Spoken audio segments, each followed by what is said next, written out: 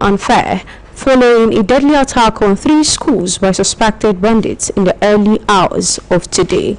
The attack reportedly claimed the lives of 2 persons, including a teacher, while a school principal, teachers, and an unspecified number of students were abducted. Because BCS correspondent in Ogbomoso, Adiremi Akomo, reports that security operatives have launched a coordinated search and rescue operation in the affected communities. Adiremi's report is presented by Adebayo Abdurafi. We'll bring you details of that report in due course.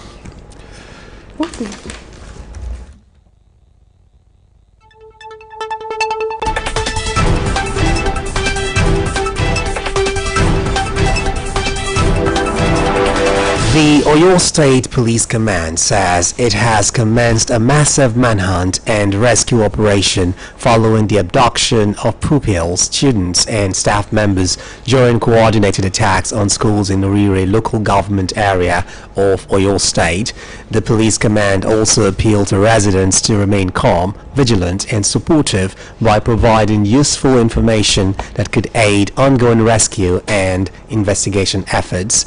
According to a statement by the police public relations officer DSP Oluyole, the attacks occurred in the early hours of today when armed hoodlums operating on motorcycles invaded Baptist Nursery and Primary School Yawota, as well as Community Grammar School and LA Primary School Sele.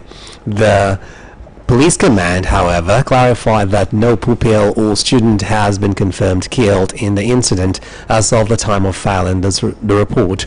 The command noted that tactical teams, intelligence platforms and other operational assets have been deployed to the area to ensure the rescue of the victims, prevent further breakdown of law and order, and apprehend those behind the attack. Meanwhile, the Oyo State Universal Basic Education Board, OLUYOLE, has expressed deep sorrow over the attack on schools in Oluyole community in Orire local government area of the state, which reportedly led to the killing of a teacher and the abduction of some pupils. In a statement signed by the executive chairman of OLUYOLE, Nurini Adeniro, the board described the incident as a dark and painful moment for the education sector in the state. The statement noted that the attack occurred at LA School, Ahoro Ishele, and Community Grammar School, Ahoro Ishele, adding that the exact number of abducted pupils is yet to be confirmed.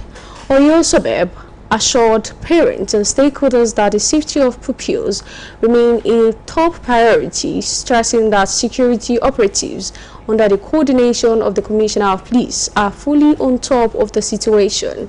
According to the statement, a tactical response team has been deployed, while intelligence and security operations are ongoing to ensure the safe rescue of the victims and restore peace to the affected communities. The board also directed all primary schools in neighboring local government areas, including Surulere, Oyo East, Orire, and Olorunshogo, to immediately vacate their schools until further notice as a precautionary measures. In a related development, an unspecified number of students in Musa Primary and Junior Secondary School in Askira Uba local government area of Borno State have been abducted when some armed members of Boko Haram ISWAP terrorists invaded their school premises in the early hours of today. Musa is a remote village and shares a border with Sambisa Forest, an enclave and hideout of terrorists, as sources revealed that the insurgents stormed the school on motorcycles barely 10 or 15 minutes after troops left the community. Meanwhile, Deputy Speaker of the Borno State House of Assembly, Honorable Abdullahi Askira, who also hails from Askira Uba local government area, confirmed the school invasion by terrorists today. Describing the situation as disheartening, the Deputy Speaker noted that the incident signifies that the insurgents were spying on the movement of troops before they struck and promised to give further details as the situation unfolds. Efforts to get the police public relations officer, ASP Kenneth Dasso, to comment on the incident proved abortive at press time. We now return to the details of the Oluyole school's attack, presented by Adebayo Abdurrafi. Tension enveloped Esiele and Yawata communities in Oluyole local government area of Oyo State after armed attackers stormed schools in the area around 9:40 Friday morning. The affected schools are LA Basic School, Awuro Esiele, Community High School, Awuro Esiele, and a private school in Yawata community. Eyewitnesses said the attackers fired sporadically to scare residents and prevent any resistance before whisking away the principal of Community High School, Mrs. Rachel Folawe Alamu, 5 teachers, and an unspecified number of students. During the attack, the assistant head teacher, Joel Adeshinyo, was reportedly shot dead.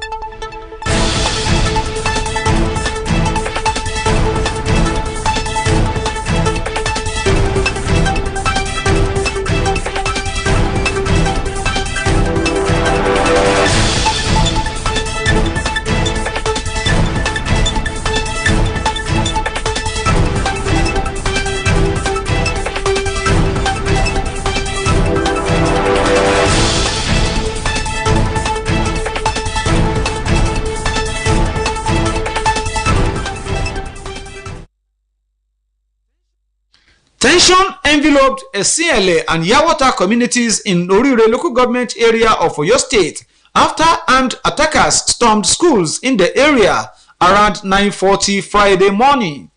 The affected schools are LA Basic School, Awuro Esiele, Community High School, Awuro Esiele, and a private school in Yawata community. Eyewitnesses said the attackers fired sporadically to scare residents and prevent any resistance before whisking away the principal of Community High School, Mrs. Rachel Folawe Alamu, 5 teachers, and an unspecified number of students. During the attack, the assistant head teacher, Joel Adeshinyo, was reportedly shot dead while attempting to escape through a window, while another resident of the community was also confirmed killed. Findings further revealed that the abductors later set ablaze the vehicle belonging to the abducted principal in a nearby bush, heightening fear and panic across the communities. When BCOS News visited the area Friday afternoon, residents were seen in grief and confusion as security personnel intensified efforts to rescue the victims. The Commissioner of Police in the state, Abimbola Olubenga, who arrived the communities with his team around 1:43 in the afternoon, led a joint security operation comprising officers of Operation Burst Monitoring Unit, Nigeria Security and Civil Defense Corps, and Amotekun Corps into the forest in search of the abducted victims. The police commissioner assured residents of the commitment of security agencies to strengthen security across the state and appealed to members of the public to provide useful information that could aid the arrest of the attackers. Làwọn ọmọ wọlé bíi táìmù 10 o'clock ní àwọn ọmọ ní bí wọ́n ṣe dé báyìí táìmù 10 o'clock sáà ni àwọn ènìyàn dé. So àwa wà nínú kíláàsì bí wọ́n ṣe sọ pé ẹ̀yà move. So move sí wọ́n ṣàṣọ ọmọ tí mo gbé lọ́wọ́ báyìí wọ́n ṣàjí ọmọ ń gbà ní ọwọ́ mi. Jíjí gáàsì wọ́n jù bàbá ni mo bá pẹ́ wọ́n ẹ dákun ẹ ṣàánú mi ẹ dákun ẹ ṣàánú mi ẹ dákun ẹ ṣàánú mi. Wọ́n bá fi sọwọ́ ibi tí wọ́n tún ti sọwọ́ sí pé kí n mọ́ lọ báyìí lẹ́lòmíì tún ló tún gbáyà mi bọ̀ àwọn ọmọ tó sá kò ní school wa ó pọ̀ wọ́n sì tún gbé staff. Also reacting to the incident, the Commissioner for Education in Oyo State, Olusegun Oluyole, described the attack on the schools as barbaric.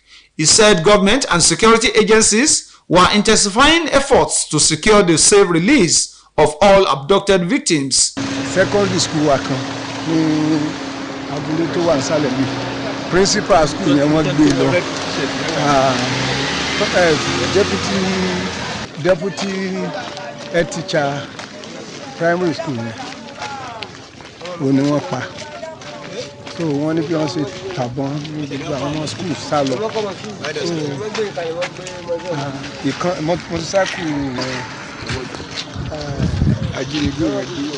Similarly, the Permanent Secretary and Tutor General, Tescom Ogbomoso Zone, Mrs. Salimat Ayegboyin, described the incident as a serious threat to education and peaceful coexistence in the area. It is very disheartening, very inhuman. The three communities were thrown into money mood. In fact, it is a great problem and a great threat to the peace of the community.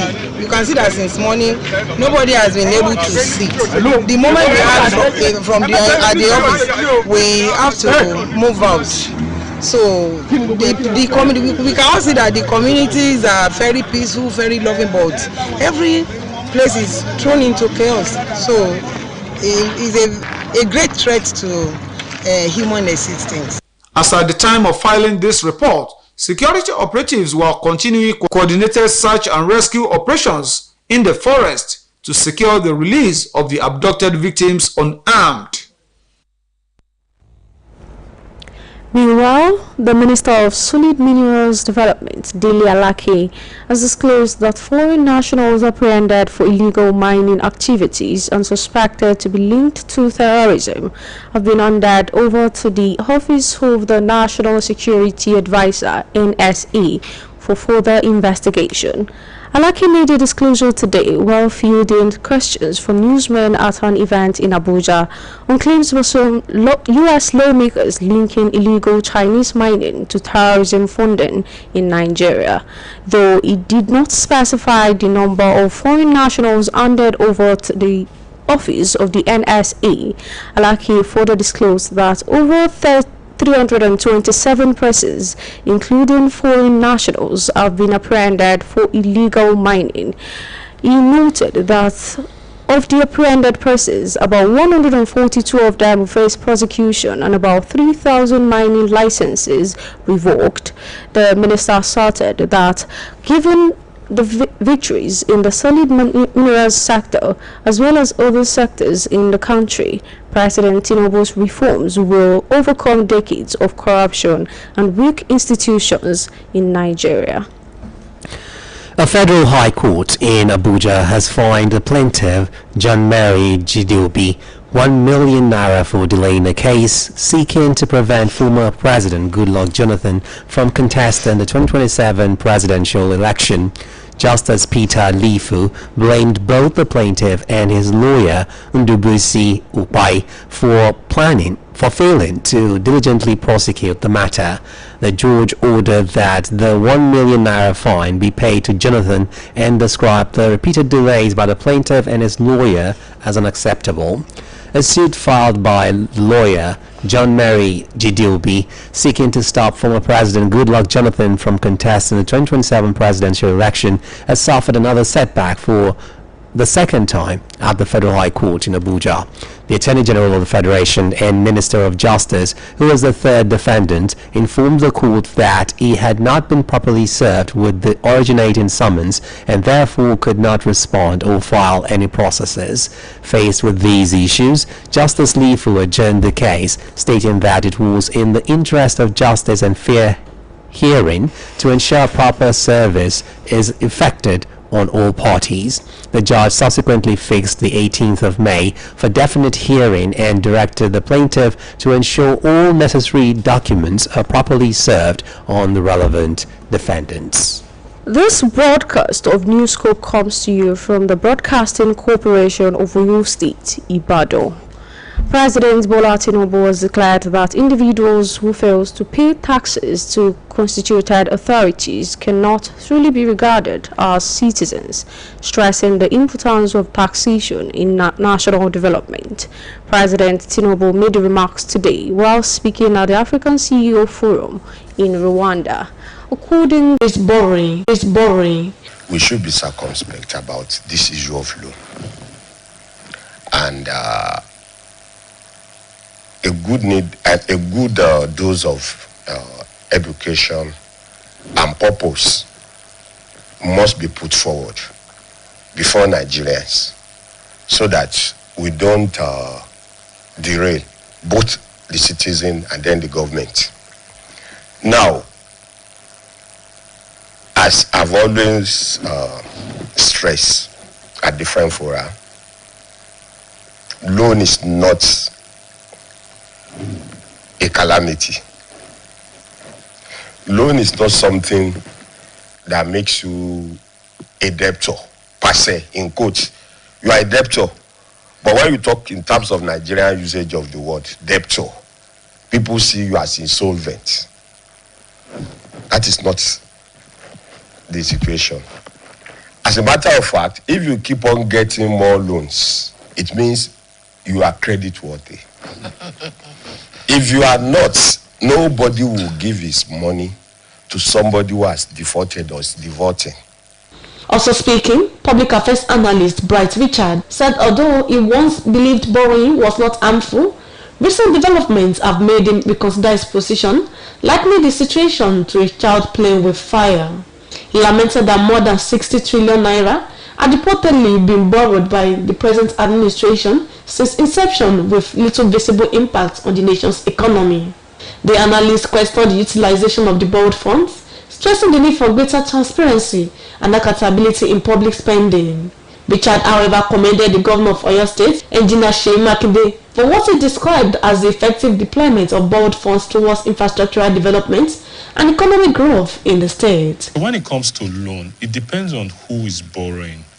Now, from 2023 to date, it is passive or on record, this administration have collected over 60 trillion naira in terms of loan. Now, look at the economy. Does the economy actually look like what 60 trillion naira have been invested into? And that was why Nigerians have to flood the social media handle of the World Bank. 60 trillion naira is not a joke. So if there are evidence to show we borrowed 10 trillion naira for power sector and the power sector is working, Nigerians will even advise the government, can you borrow another 10 trillion naira for the transportation sector? If you borrow for health and we'll discover that the health sector is functioning well, then it will be easy. But in a situation where we cannot actually pinpoint on what the government is doing with the loans that they are collecting, then it becomes an issue. The guest advised government at all levels to ensure prudent and effective utilization of loans in order to maximize benefit for citizens and promote sustainable national development.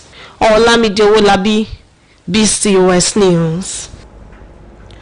The Joint Admissions and Matriculation Board, JAMB, has announced the commencement of the 2026 Unified Tertiary Matriculation Examination, UTME, change of institution and course process for candidates.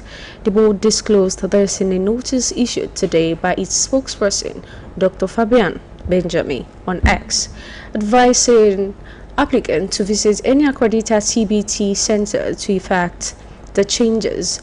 JAMB also announced that the printing of the original 2026 UTME results slip would commence on Monday, 18th May 2026, adding that accredited CBT centers should be visited for the printing of their results and other related services. The development comes weeks after JAMB announced the release of the 2026 UTME results, but delayed the printing of official results slips, allowing candidates to only check scores via SMS. On the foreign scene, the African health authorities have today declared the outbreak of the deadly Ebola virus in Ituri province in the Eastern Democratic Republic of Congo, DRC, a region hit by armed conflict. According to the Africa Centers for Disease Control and Prevention, 4 deaths linked to the virus have been confirmed through laboratory testing, while 246 suspected cases, including 65 deaths, have been recorded. First identified in 1976 and believed to have originated in bats, Ebola is a deadly viral disease spread through direct contact with bodily fluids, and it can cause severe bleeding and organ failure. The highly contagious hemorrhagic fever has killed an estimated 15,000 people in Africa over the past 50 years, despite advances in vaccines and treatment. The deadliest Ebola outbreak in the DRC between 2018 and 2020 killed nearly 2,300 people. The health agency said it was closely monitoring the situation and convening an urgent high-level coordination meeting today with the DRC, Uganda, South Sudan and global partners to reinforce cross-border surveillance, preparedness and outbreak response efforts. To end this edition of Newscope, here again are the main points. Residents of Oluyole and Yawata communities in Oluyole local government area of Oyo State have been thrown in mourning and fear following a deadly attack on 3 schools by suspected bandits.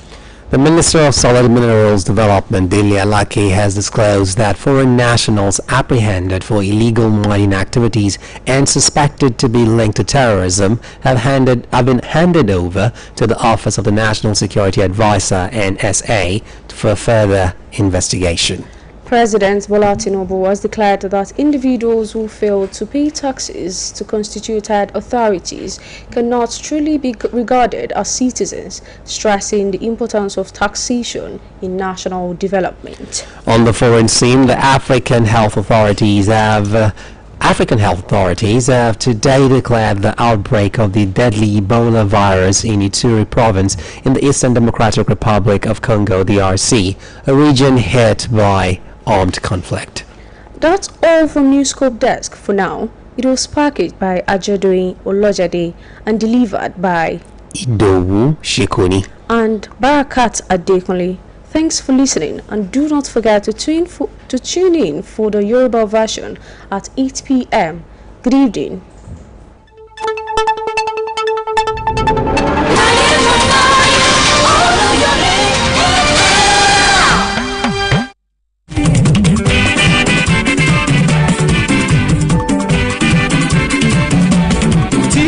Gbogbo ẹni fẹ́ ṣàríyá o, gbogbo ẹni fẹ́ ṣàjọ̀dún, àbẹ́ni fẹ́ ṣèpàdé o, gbogbo ẹni fẹ́ ṣènáwó. BCOS event grand, òun ni ẹ máa bọ̀. BCOS event grand, òun ló kájọ ẹ̀ fún gbogbo ayẹyẹ. Èyí tẹ́yin bá fẹ́ ṣe, BCOS event grand, òun ni ẹ máa bọ̀ o.